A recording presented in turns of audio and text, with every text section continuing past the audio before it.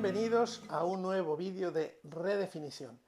En el vídeo anterior tomamos ya tiempo para leer Mateo 1.1, donde dice, este es el libro de la genealogía de Jesucristo, hijo de David, hijo de Abraham.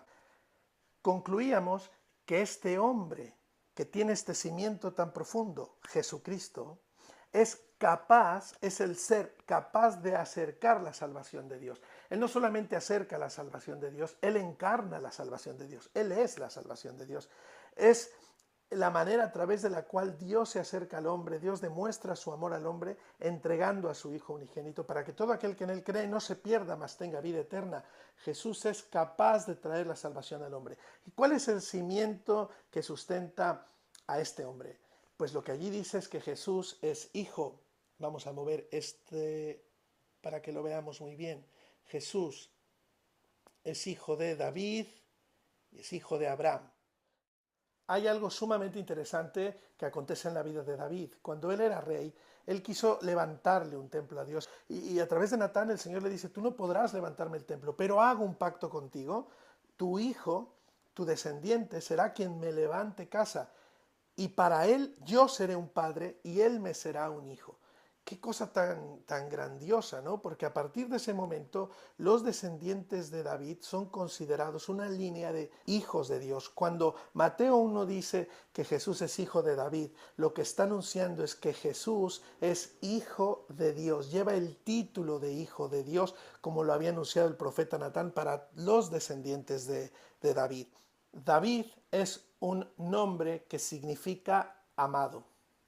Jesús es hijo del amado. David fue un hombre que se caracterizó por una profunda devoción a Dios, un hombre que entendía la emoción humana y que expresaba la emoción humana en su adoración. Cuando leemos los salmos nos encontramos toda la gama de emociones humanas expresadas allí, sea la decepción, la amargura, el dolor, la tristeza, el deseo de venganza, el amor, el clamor a Dios, la paciencia, la fe, la esperanza, una gama tan impresionante. David era un profundo adorador, un adorador en espíritu. En el cimiento de Jesús está esta capacidad de adoración. Pero hay algo también muy interesante en la vida de David. David es el fundador de un reino. Israel se había escogido un rey, en aquellos tiempos se había escogido a Saúl como rey. Sin embargo, Dios escoge a David. Saúl había fallado en varias cosas, había sido desobediente, había hecho su propia voluntad y no se había sujetado a la voluntad divina. Pero cuando Dios escoge a David a través de Samuel, lo que el profeta anuncia es que Dios se había escogido un hombre según su corazón, según el corazón de Dios. Esto está en 1 de Samuel 13:14. ¿Qué es lo que significa esto? Un hombre según el corazón de Dios significa que el corazón de Dios se identifica plenamente con el corazón de David, que David tiene un corazón tan excelente, tan extraordinario, que Dios le escoge. No, no significa esto. No significa esto. Si leemos el contexto de aquella historia, entenderemos que lo que Dios está intentando decir es que el corazón de Dios ha decidido escoger a David. David es un hombre según el corazón de Dios. Significa, según el deseo de Dios. Aunque David no se lo merezca, aunque David no tenga las capacidades para ser rey, aunque nadie tome en cuenta a David, él tomará de lo vil y lo menospreciado para avergonzar a lo sabio y a la fuerte del mundo. Ser un hombre conforme al corazón de Dios no significa que Dios se identifique con un corazón tan bueno y tan perfecto como el de David en este caso, sino lo que significa es que Dios en su corazón determinó que escogía a David, en su corazón decidió escoger a David, aunque no se lo merecía, aunque no tenía la capacidad, y por eso es que es derramado aceite sobre él, porque el aceite unge, el aceite capacita. El Espíritu de Dios viene sobre un hombre y puede ejercer. Lo que David hizo fue, a través de esa unción, fundar un reino de justicia, fundar un reino que caminara hacia los propósitos de Dios, distinto al reino que estaba fundando Saúl, un reino basado en la voluntad humana. David es el fundador de un nuevo reino. Mateo también dice que Jesucristo es hijo de Abraham. Abraham es conocido en la Biblia como el padre de la fe y el amigo de Dios.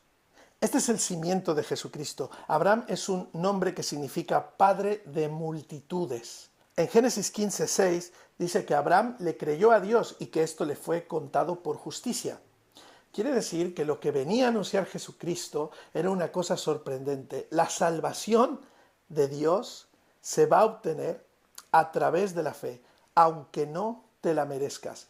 David era un hombre que no se merecía ser rey, pero que por el corazón de Dios, Dios le escogió. En el corazón de Dios hubo una decisión, escoger a David. No te lo merecías, pero eres escogido. En el caso de Abraham nos revela una profunda fe. La fe cuenta como justicia. En este sentido también, Abraham es el fundador de un nuevo pueblo, un pueblo de fe, un pueblo que camina en los propósitos de Dios. David es el fundador de un reino, Abraham es el fundador de una nación con su paternidad. ¿A qué vino Jesús?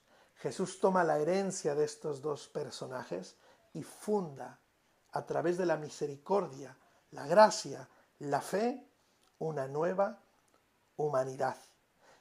Lo cual quiere decir, conclusión, que el cimiento de Jesús y de todos los que tenemos fe está en David y está en Abraham. Los principios revelados en David, los principios revelados en Abraham, se aplican no solo a Jesús, sino a todos los que hoy, mediante la fe, somos hijos de Dios. Este es el cimiento de una vida espiritual.